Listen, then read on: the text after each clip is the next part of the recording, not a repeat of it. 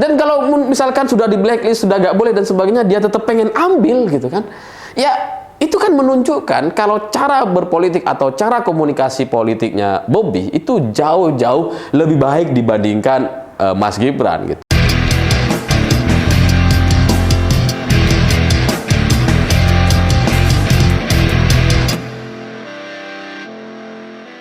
Selamat malam semuanya. Setelah kita melaksanakan pemilu dan merayakan Hari Raya Idul Fitri atau Lebaran bersama-sama, tapi nampaknya situasi di kalangan para elit politisi kita itu masih belum selesai. Karena Lebaran tahun ini itu tidak sama seperti tahun-tahun sebelumnya. Kalau tahun sebelumnya kan semuanya rukun, guyup, harmonis, semuanya bisa ketemu gitu ya. Tapi tahun ini ada beberapa pihak yang masih belum bisa ketemu karena nampaknya masih menunggu hilal atau keputusan dari MK atau 2 hari lagi gitu. Ya kalau untuk urusan Hari Raya Idul Fitri itu kan atau berakhirnya bulan Ramadan itu kita cukup melihat dengan hilal atau hisab menurut Muhammadiyah. Tapi khusus untuk kelompok politisi kita di kalangan elitnya gitu ya, untuk tahun ini itu masih nunggu hilal dari MK. Makanya ada beberapa pihak yang kemudian masih belum bisa ketemu. Dan perseteruan antara keluarga Jokowi dengan PDI Perjuangan ini nampaknya merembet kemana-mana gitu ya. Semua yang berbau Jokowi, yang berhubungan dengan Jokowi itu otomatis terblacklist dari PDI Perjuangan. Termasuk salah satunya adalah menantu Pak Jokowi, yaitu Bobi Nasution. Padahal Bobi ini ya nggak terlibat sebenarnya dalam pengkhianatan itu. Dia nggak terlibat gitu, tapi dia ya terlanjur menjadi bagian dari keluarga Jokowi, ya gimana gitu kan. Nah, perseteruan antara Pak Jokowi dengan PDI Perjuangan atau pengkhianatan yang dilakukan oleh Pak Jokowi ini kemudian berimbas kepada Bobi yang punya niat untuk maju sebagai calon gubernur Sumatera Utara itu kemudian tidak diperkenankan untuk mendaftar katanya. Menurut Pak Hasto atau Sekjen PDI Perjuangan, semua boleh mendaftar kecuali Bobi Nasution. Bobi udah silahkan daftar dari partai lain. Tapi Bobi Nasution yang namanya politisi, wah, saya terus terang belajar dari mental seorang Bobi ini, belajar dalam tanda kutip gitu ya. Karena ketika dia dibilang bahwa dia tidak bisa mendaftar lewat PDI Perjuangan, semua boleh mendaftar kecuali Bobi gitu ya. Bobi tetap ingin mengambil formulir dari PDI Perjuangan. Jadi meskipun kata Pak Hasto ya silahkan mendaftar kecuali Bobi tetap pengen daftar gitu. Itu kan kayak mantan kalian gitu yang sudah ditolak tapi tetap maju terus. Hujan badai maju terus gitu kan. Dan pernyataan Bobi Nasution ini kemudian direspon oleh PDIP Sumatera Utara yang mengatakan bahwa ya percuma Mas Bobi itu mau mendaftar, percuma, itu sia-sia gitu ya, sebaiknya silahkan maju dari partai lain. Dan Bobi masih menjawab lagi, wah pantang menyerah orang ini gitu ya. Bobi bilang bahwa yang sia-sia itu kalau tidak mencoba. Jadi sudah di blacklist, sudah ditolak gitu ya, dikecualikan, dan kemudian dinasihati bahwa itu pekerjaan yang sia-sia, tapi maju terus. Wah, kayaknya cinta Bobi kepada PDI Perjuangan itu sedemikian tingginya. Sama seperti mantan-mantan kalian gitu, yang ngejar-ngejar meskipun sudah kita tolak, tapi ngejar-ngejar terus gitu. Bobi ini cinta mati kayaknya gitu.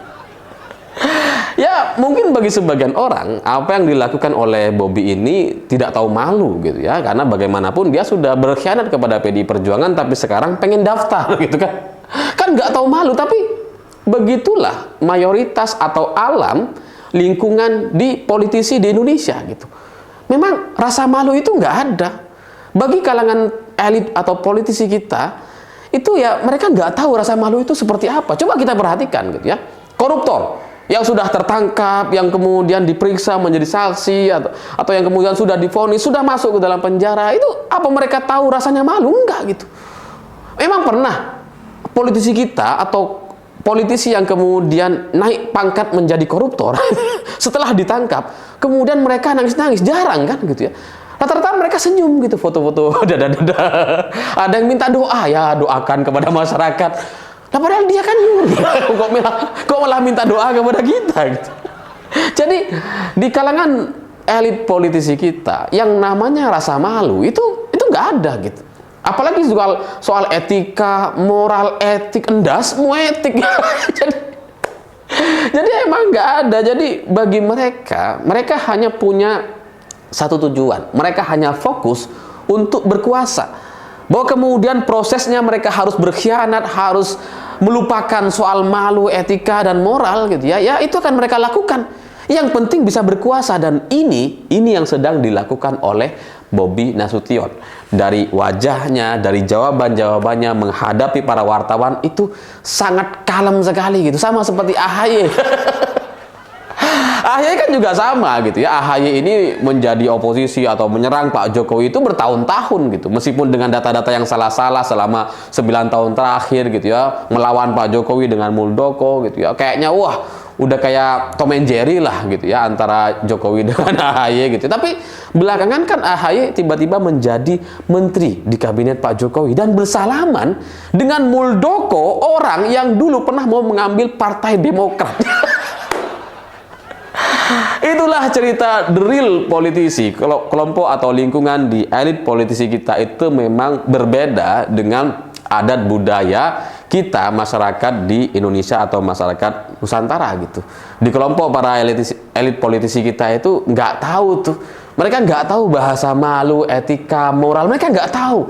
Yang mereka tahu hanya tujuan untuk berkuasa, dan itu akan mereka lakukan apapun mereka lakukan demi bisa berkuasa. Dan Bobi Nasution menunjukkan kematangan sebagai seorang politisi. Dan kalau kita mau melihat perbandingannya dengan Gibran gitu ya, Bobi Nasution ini lebih matang sebenarnya. Secara emosi itu jauh-jauh lebih matang. Kalau Gibran itu kan masih sering mukanya tuh masih pengen ngelawan, pengen berantem gitu ya, pengen bikin marah orang gitu ya, bikin isu gitu kan. Bikin hal-hal yang kontroversi gitu ya untuk kemudian dibicarakan dan sebagainya. Tapi kalau Bobi enggak gitu. Cara dia merespon itu tidak menyerang orang gitu ya. Sama seperti soal formulir PDI Perjuangan ini. Meskipun dia sudah mendapatkan karpet merah, karpet kuning dari Golkar ya, karena Golkar kan kuning, nggak mungkin karpet merah. Karpet kuning dari Golkar yang katanya siap dimajukan atau diberikan tugas untuk maju sebagai calon gubernur Sumatera Utara gitu ya. Tapi Bobi tetap pengen ngambil formulir dari PDI Perjuangan gitu. Jadi cara dia itu nggak kontroversial atau nggak seperti Gibran gitu. Kalau Gibran itu kan orangnya ya tengil, ngeyel gitu ya, sok-sokan, arogan gitu. Tapi Bobi itu tenang gitu. Menjawab, merespon Pak Hasto, merespon PDI Perjuangan sumut gitu ya. Dia tuh ya tenang, santai aja gitu. Responnya tuh respon yang baik gitu. Ya meskipun tadi misalkan ketika merespon yang sia-sia itu kalau tidak mencoba. Itu kan ya baik-baik aja gitu. Dan kalau misalkan sudah di blacklist, sudah nggak boleh dan sebagainya, dia tetap pengen ambil gitu kan. Ya itu kan menunjukkan kalau cara berpolitik atau cara komunikasi politiknya Bobi itu jauh-jauh lebih baik dibandingkan Mas Gibran gitu ya. Meski sebenarnya sama aja. Maksudnya ini kan kelompok orang yang sebelumnya sudah berkhianat kepada PDI Perjuangan. Sama aja sebenarnya. Tapi respon Bobi itu jauh-jauh lebih matang, sehingga dia kalau seandainya posisinya itu bergantian atau diganti oleh Gibran, seandainya Gibran di posisi calon gubernur Sumut dengan dia kemudian mendapatkan surat tugas dari Golkar, wah sekarang dia pasti udah sok-sokan. Ngapain ngambil formulir dari PDIP? Nggak perlu. Siapa yang perlu? Tapi Bobi menunjukkan sikap politik yang sangat-sangat matang dengan membuang semua ego, rasa malu, dan hal-hal yang melekat kepada kita sebagai masyarakat Indonesia atau masyarakat Nusantara, karena tujuannya hanya untuk berkuasa. Bobi fokus untuk berkuasa, jadi dia nggak mau mencari lawan, dia nggak mau cari musuh dan sebagainya ya. Meskipun sudah di blacklist tetap pengen deket gitu ya. Ya tapi begitulah cerita politisi di Indonesia, dan kita harus belajar gitu, karena apapun yang tidak melanggar hukum akan mereka lakukan demi bisa berkuasa. Bahkan yang melanggar hukum sekalipun akan mereka lakukan gitu. Termasuk salah satunya adalah korupsi misalkan. Korupsi itu kan melanggar hukum, tapi hukumnya masih bisa dinegosiasi. Seandainya hukuman kepada para pembunuh itu selentur para koruptor atau orang-orang yang korupsi, mungkin mereka ini yang ingin bertujuan ingin mendapatkan kekuasaan mungkin akan saling bunuh. Tapi karena hukuman bagi pembunuh itu ya sangat berat gitu, makanya nggak ada politisi yang kemudian saling bunuh. Oh, tapi ada ya. Ada beberapa kasus lah, tapi tidak sebanyak para koruptor yang ada di Indonesia. Dan ini sekali lagi adalah sebuah lingkungan atau alam berbeda, dan itu mungkin juga sama seperti kita memahami bisnis gitu ya. Bisnis itu adalah lingkungan yang berbeda dengan manusia normal. Para pebisnis itu adalah orang-orang yang berbeda gitu dengan kita gitu. Kalau di lingkungan bisnis itu kan kadang-kadang ada banyak sekali penipuan-penipuan yang harus kita terima gitu. Ya seperti misalkan iklan-iklan. Berapa banyak iklan yang ada di semua platform sosial media atau media mainstream kita yang tidak menipu. Rata-rata kan nipu. Tapi di bisnis itu biasa. Itu bukan penipuan, itu biasa. Soal malu, etika, moral, apa itu? Sama. Di politik juga nampaknya sama, sehingga apa yang saya lihat dari Bobi Nasution dengan AHY itu menjadi satu nasihat untuk saya pribadi dan teman-teman yang mungkin punya keinginan untuk masuk ke dalam kancah politik daerah ataupun nasional. Mereka yang ingin menjadi politisi nampaknya harus benar-benar siap untuk melepas ego, untuk melupakan rasa malu, dan sedikit fleksibel dengan etika dan moral. Karena di kalangan para politisi itu tidak terlalu penting nampaknya. Karena yang paling penting hanya satu, kekuasaan.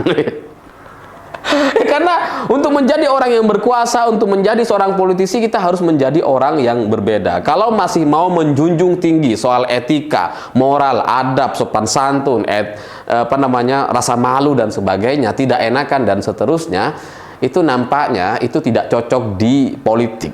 Atau kalaupun itu mau diterapkan akan selalu kalah dengan lawan-lawannya, karena lawan-lawannya sudah melupakan itu semua, sudah nggak ada rasa malu, nggak ada etika, moral, kemudian nggak enakan dan sebagainya, itu sudah mereka lupakan. Sehingga ya kalau mau jadi politisi mungkin memang harus tebal muka atau kulit badak atau muka tembok.